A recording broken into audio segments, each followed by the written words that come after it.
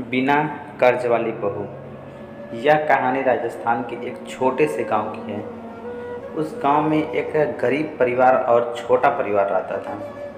उस परिवार के मुखिया का नाम रामधनी था। अभी कुछ ही दिन पहले अपनी बेटी की सगाई किए थे। एक दिन रामधनी अपने दरवाजे की चौखट पर बैठकर सोच विचार कर रहे थे, शायद शादी के खर्चे के बारे में। तभी अचानक उनका 15 साल का वह लड़का उनके पास आया और कहने लगा, पापा पापा, दीदी के होने वाले ससुर और सास कल अपने घर आ रहे हैं। अभी जीजा जी ने फ़ोन पर बताया। रामधनी जी पहले से ही उदास बैठे थे। वह धीरे से बोले, हाँ बेटा, उनका कल भी फ़ोन आया था मेरे पास कि वो 1-2 दिन में दहेज की बात करने आ रहे हैं। वह बोले, दहेज के बारे में आपसे ज़रूरी बात करनी है। बड़ी मुश्किल से यह अच्छा लड़का मिला है। कल को अगर उनकी दहेज की मांग इतनी ज़्यादा हो कि मैं पूरी नहीं कर पाया तो मेरी बेटी का क्या होगा। यह कहते कहते उनकी आंखों में आंसू भर आए। घर के प्रत्येक सदस्य के मन में वह चेहरे पर चिंता की लकीरें साफ साफ दिखाई दे रही थी।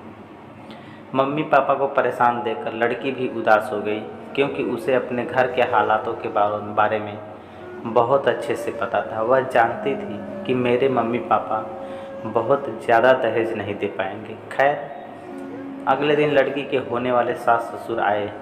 उनकी खूब अच्छे से तरीके से स्वागत की गई। रामधनी के तरफ से जितना हो सका उतना समधी और समधन के लिए खातिरदारी की। उनके स्वागत में अपने तरफ से कोई कसर नहीं छोड़ी। खाना दाना खाने के बाद कुछ देर बैठने के बाद लड़के के पिता ने लड़की के पिता से कहा, रामधनी जी, अब कुछ लेन देन की बात हो जाए तो हम लोग भी अब घर चलें, क्योंकि हमें भी शादी की तैयारियां करनी है। लड़के के पिता की यह बात सुनकर रामधनी जी का धड़कन जोरों से धड़कने लगी। रामधनी जी बोले, हाँ हाँ समझे जी, जो आप हुक्म करें। लड़के के पिता ने धीरे से अपनी कुर्सी रामधनी जी की तरफ खिसकाई और धीरे से उनके कानों में बोले, रामधनी जी, मुझे दहेज के बारे में बात करनी है। लड़के के पिता की यह बात सुनकर रामधनी जी की आंखों में आंसू आ गए। उन्होंने लड़के के पिता के सामने हाथ जोड़ते हुए बोले, बताइए समधी जी, जो आपको उचित लगे। मैं पूरी कोशिश करूंगा आपकी हर मांग पूरी करने के लिए। समधी जी ने धीरे से रामधनी जी के हाथ अपने हाथों में लिया और उनके हाथों को धीरे से दबाते हुए बस इतना ही कहा, आप कन्यादान में कुछ भी दे देंगे या ना भी देंगे, थोड़ा देंगे या ज़्यादा देंगे, मुझे सब स्वीकार है। पर कर्ज लेकर आप 1 रुपया भी दहेज मत दीजिएगा, वो मुझे स्वीकार नहीं है। क्योंकि जो बेटी अपने बाप को कर्ज में डुबो दे, वैसी कर्ज वाली बहू, कर्ज वाली लक्ष्मी मुझे स्वीकार नहीं है। मुझे बिना कर्ज वाली बहू चाहिए, जो मेरे यहाँ आकर मेरी संपत्ति को 2 गुना कर दे। समधी जी की यह बात सुनकर रामधारी जी ने हैरान हो गए। वह आश्चर्यचकित होकर अपने समधी की तरफ देखने लगे। अब तो उनकी आंखों से आंसू रुकने का नाम ही नहीं ले रहे थे। रामधनी जी ने अपने समधी को तुरंत गले लगा लिया और बोले, समधी जी, आप मेरे लिए भगवान बनकर आए हैं। हमारे परिवार की किस्मत बहुत अच्छी है जो आप जैसे समधी मुझे मिले। आप चिंता ना करें, बिल्कुल ऐसा ही होगा। लड़की के पिता ने रामधनी जी को समझाया, उन्हें सांत्वना दी और खुशी खुशी अपने घर लौट गए। शिक्षा।